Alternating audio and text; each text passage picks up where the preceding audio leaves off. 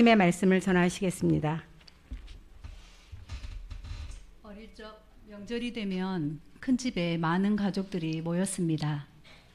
그때마다 집안 어르신들께서는 자녀들을 앉혀 놓으시고 너희는 요산 송씨의 몇 대 손이고 파는 무슨 파고 너희 조상 중에 훌륭한 어르신은 이러이러한 일을 하셨단다. 이런저런 말씀을 하셨습니다. 세월이 많이 흘렀는데도 그때의 기억들이 새록새록합니다. 귀에 잘 들어오지도 않은 이야기들인데 열정적으로 알려주시던 모습이 눈에 선합니다. 왜 그렇게 알려주셨을까요? 자신의 뿌리를 아는 것이 중요하기 때문일 것입니다. 우리나라 사람들만큼이나 유대민족도 자신의 뿌리를 중요하게 여깁니다. 그래서 성경에는 족보들이 많이 나옵니다. 족보를 보면 누가 누구를 낳고 계속되는 낳고로 이어져 갑니다. 오늘 본문도 중요한 족보가 나옵니다. 룻기는 마지막 장 4장의 마지막 단락을 계보로 마무리하고 있습니다. 베레스에서 다윗까지 이어지는 다윗의 약식 계보를 소개하고 있습니다. 같은 조상의 계보가 역대상 2장 4절로 15절에도 나옵니다. 역대상 2장은 이스라엘의 족보를 서술하는데 유다의 아들 중 베레스에 초점을 맞추고 있습니다. 룻기 저자 또한 이스라엘 역사에서 가장 위대한 왕으로 손꼽히는 다윗의 계보를 유다의 아들 베레스를 중심으로 기록했습니다. 마태복음 1장 또한 그 계보가 예수 그리스도까지 이어지는 영광스러운 계보임을 보여줍니다. 하나님의 언약을 성취하기 위해 아브라함의 후손, 다윗의 후손으로 영원한 왕이 오심을 암시하고 있습니다. 완전한 절망의 나락에 빠졌던 나오미 이야기의 결말이 다윗 왕을 넘어 예수 그리스도를 암시하는 계보라는 것이 놀라울 따름입니다.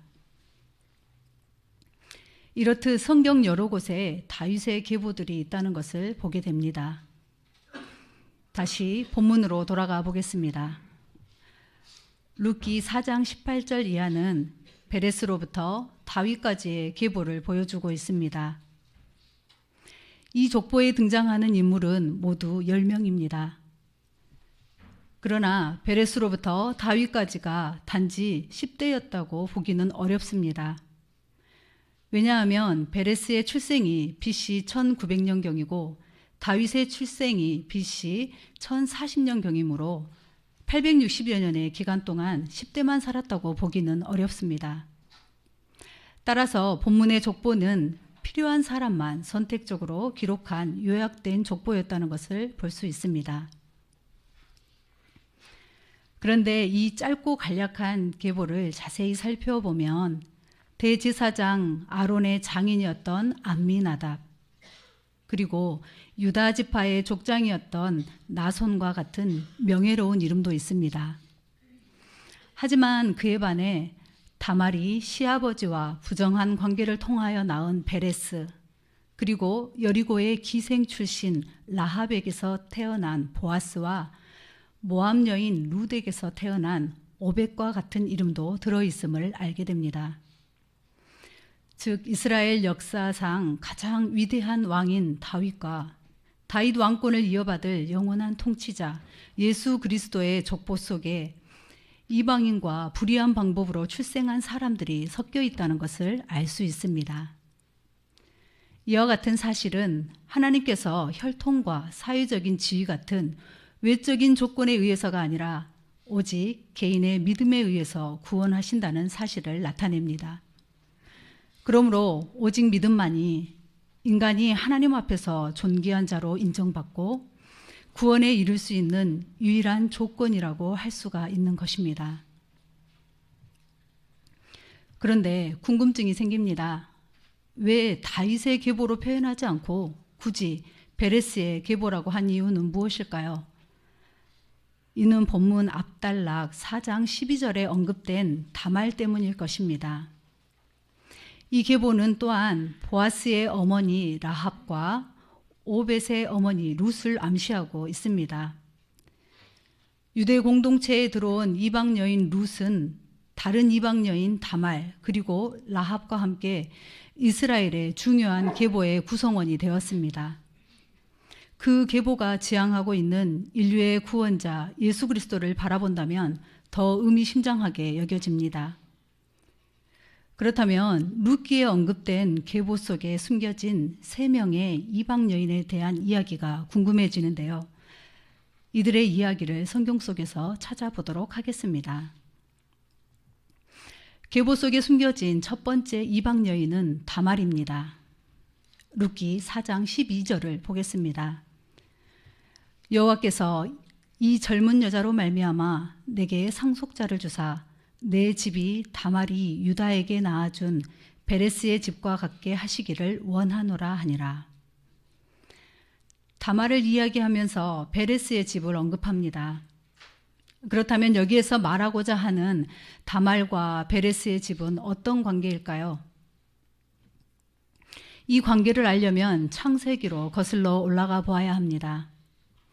창세기 37장부터 마지막 50장까지는 요셉의 이야기가 기록되어 있습니다.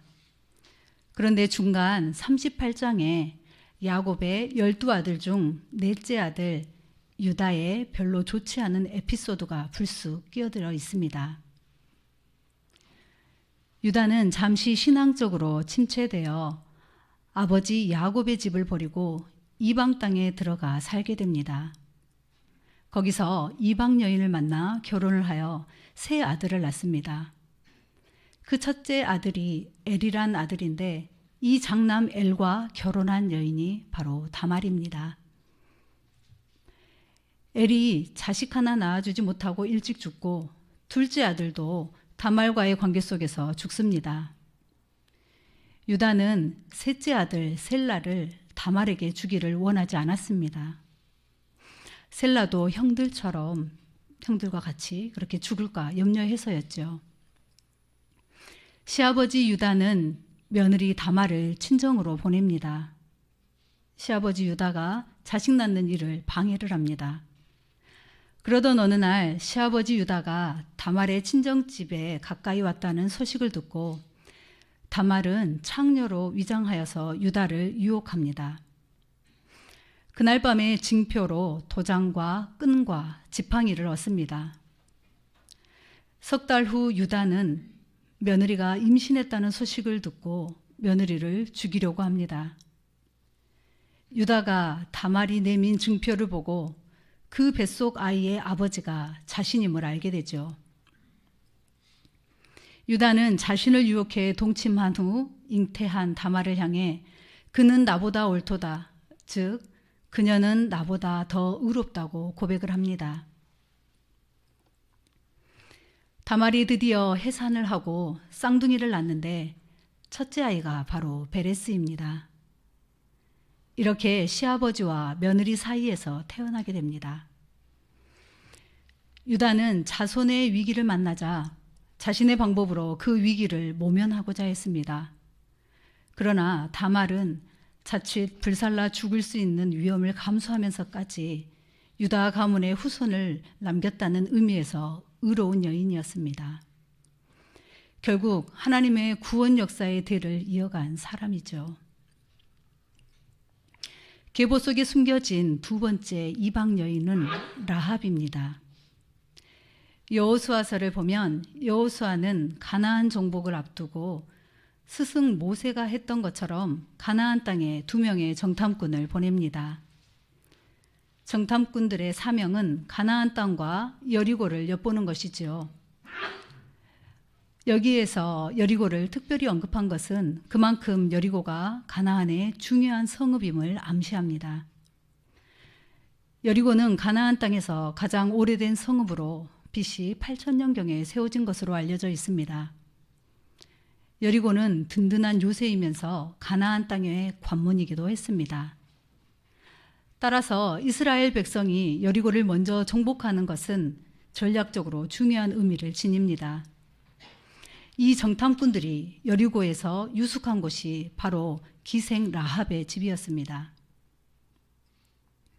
라합은 여리고 성벽 위에서 여러 나라의 이름 모를 정사꾼들에게 음식과 술과 몸을 팔아 생계를 유지했던 기생이었습니다. 유대 역사가 요세푸스는 라합이 여관 주인이었다고 설명하지만 성경은 라합의 신분을 분명히 기생으로 밝힙니다. 기생을 의미하는 단어는 가늠한 여인 혹은 창녀를 의미합니다. 그렇다면 라합은 당시 가나안 사회에서 밑바닥 계층의 사람이었다는 것입니다. 그런데 놀랍게도 가나안의 비천한 여인 라합과 그 가족에게 하나님의 구원의 은혜가 먼저 임하게 된 것이지요. 하나님은 가나안의 가장 비천한 한 여인을 주목하신 것입니다. 여호수아 2장 8절로 11절은 일종의 라합의 신앙 고백이 나옵니다. 그녀는 먼저 자신이 듣고 믿었던 내용을 정탐꾼들에게 말합니다. 9절을 보면 그녀는 가나안 땅의 주권이 하나님께 있음을 고백하죠. 그 땅의 주인이신 하나님이 그 땅을 이스라엘에게 주셨다고 고백을 합니다. 놀랍게도 라합은 하나님이 그 땅을 이미 주셨다고 말함으로써 하나님의 약속 성취를 확신합니다. 이어서 그녀는 지금까지 들었던 하나님의 구원을 언급합니다. 10절에 보면 여호와께서 홍해를 마르게 하시고 가나안 동편의 두 왕 시온과 옥을 멸절시키신 일을 말합니다. 라합은 그러한 소문을 듣고 여호와 하나님에 대한 믿음이 생긴 것입니다. 라합의 신앙 고백은 11절에서 절정을 이룹니다. 너희의 하나님 여호와는 위로는 하늘에서도 아래로는 땅에서도 하나님이시니라. 아멘. 라합의 고백은 여호와 하나님을 향한 라합의 믿음을 한마디로 대변합니다. 라합은 비록 비천한 기생의 신분이었지만 보석 같은 믿음을 소유한 여인이었습니다.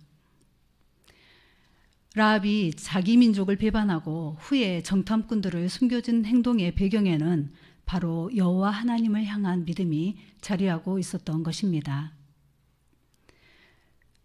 그녀는 후에 살몬과 결혼해 보아스를 낳았습니다. 이방인임에도 다윗과 예수님의 족보에 이름을 남긴 믿음의 조상이 된 것입니다. 그녀는 죄악으로 가득 찬 환경에서 기생의 삶을 살았지만 하나님을 두려워할 줄 알았고 그분을 희망과 구원의 통로로 붙잡았습니다. 하나님 편에 섬으로써 라합의 인생이 달라졌습니다. 하나님의 편에 서는 것만이 바른 결정입니다. 계보 속에 숨겨진 마지막 이방 여인은 룻입니다. 유다 베들레헴에 흉년이 들어 기근을 피해 모압 땅으로 갔던 나오미 가정은 10년 만에 빈털터리가 되는 신세를 지게 됩니다. 모압 땅에서 남편 엘리멜렉이 죽고 두 아들 말론과 기료는 모압 여자 중에 아내를 맞이하여 살다가 죽었습니다. 이제 남겨진 이는 나오미와 두 며느리 룻과 오르바 뿐이었습니다. 이제 다시 베들레헴으로 돌아가기로 결심한 나오미는 남편을 잃고 남겨진 두 며느리에게 앞으로의 삶에 대한 선택의 기회를 주었습니다. 오르바는 그의 백성과 그의 신들에게로 돌아갔습니다. 룻은 끝까지 나오미를 쫓았습니다. 오르바는 모압과 그모스 신을, 룻은 베들레헴과 하나님을 선택했습니다. 룻은 그의 백성과 그 땅이 섬기는 신들에게로 돌아가지 않았습니다. 그뿐 아니라 룻기 2장 16에서 17절에 나타난 나오미를 따라가겠다는 룻의 결심은 이미 새로운 의미를 만들어냅니다. 2장 16절 룻이 이르되 내게 어머니를 떠나며 어머니를 따르지 말고 돌아가라 강권하지 마옵소서. 어머니께서 가시는 곳에 나도 가고 어머니께서 머무시는 곳에서 나도 머물겠나이다. 어머니의 백성이 나의 백성이 되고 어머니의 하나님이 나의 하나님이 되시리니 어머니께서 죽으시는 곳에서 나도 죽어 거기 묻힐 것이라. 만일 내가 죽는 일 외에 어머니를 떠나면 여호와께서 내게 벌을 내리시고 더 내리시기를 원하나이다 하는지라. 아멘. 룻이 언급한 세 곳은 시어머니가 가는 곳, 머무는 곳, 그리고 죽는 곳입니다. 이 장소들은 나오미의 현재로부터 죽음까지의 삶 전체를 의미합니다. 룻의 결심은 그 전체의 삶에 동행하겠다는 것을 의미하죠. 나아가 삶의 핵심, 즉 어머니의 백성과 어머니의 하나님을 자신의 백성과 자신의 하나님으로 인정하겠다는 것을 의미합니다. 이미 룻의 마음은 자신이 살았던 그 땅 모압과 자신이 섬겼던 그 땅의 신 그모스를 떠났습니다. 그녀의 마음속에는 하나님을 향한 믿음이 있었던 것입니다. 하나님이 기뻐하시는 믿음은 분명한 믿음입니다. 쉽고 편한 길보다 하나님과 함께하는 길이 진정 복된 길임을 룻의 신앙을 통해 엿볼 수 있습니다. 오늘 본문에는 이 세 여인들의 이름이 직접적으로 언급되어 있지 않습니다. 하지만 이 계보 안에 녹아져 있는 이들의 모습은 너무 귀하고 귀하게 여겨집니다. 다말, 라합, 룻처럼 불완전한 사람들을 통하여서 다윗과 그리스도가 탄생하셨습니다. 불완전한 데서 완전한 것이 나왔습니다. 천한 것에서 거룩한 것이 나왔습니다. 비천한 것에서 영광스러운 것이 나왔습니다. 룻기의 마지막 절을 오늘 우리의 삶에 비추어 보면 좋겠습니다. 오벳은 이새를 낳고 이새는 다윗을 낳았더라. 누구는 누구를 낳고 누구는 누구를 낳았다는 구원의 계보는 지금도 이어져 가고 있습니다. 여러분의 이름 석자를 계보로 적는다 해도 여러분의 이름 석자 안에도 숨겨진 수많은 믿음의 사람들이 숨겨져 있다는 사실을 되새겨 보아야 합니다. 그렇게 우리는 얼마나 많은 복음의 빚을 지고 살아가는지 모릅니다. 여러분에게 복음을 전하여 준 사람은 누구입니까? 여러분을 이 자리까지 오기까지 이끌어 주신 수많은 믿음의 사람들을 떠올려 보십시오.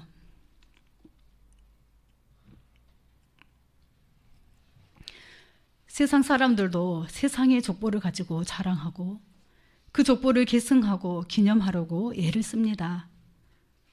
우리는 그와 비교할 수도 없는 믿음의 계보 안에 살아가고 그러한 영광을 누리고 있습니다.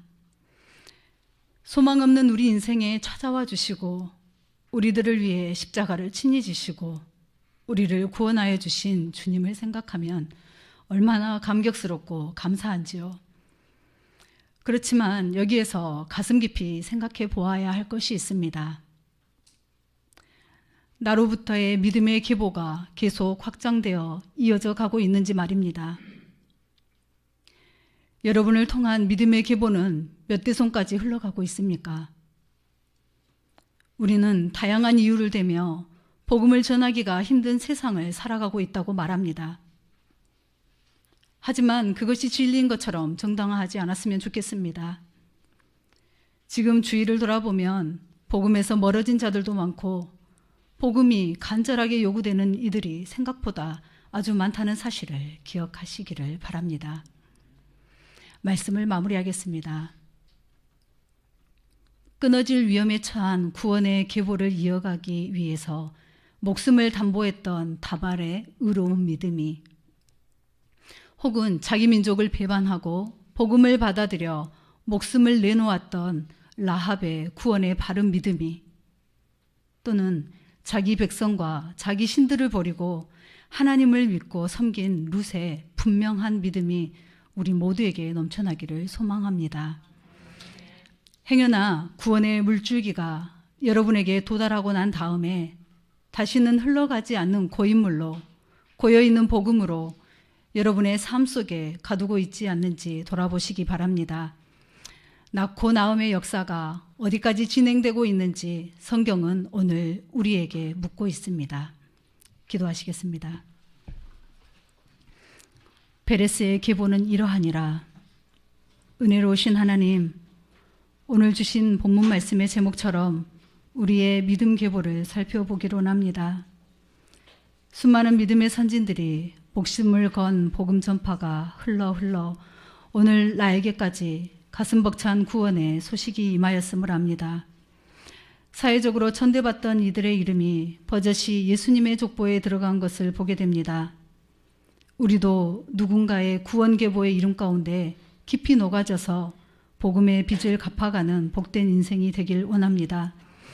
낳고 낳는 축복이 우리 나눔과 섬김교회 성도님들의 삶에 충만하기를 간절히 기도합니다. 십자가의 고난과 죽음을 준비하며 예루살렘을 입성하신 주님의 그 걸음을 함께 걸어가는 고난주간의 삶이 되기를 원합니다.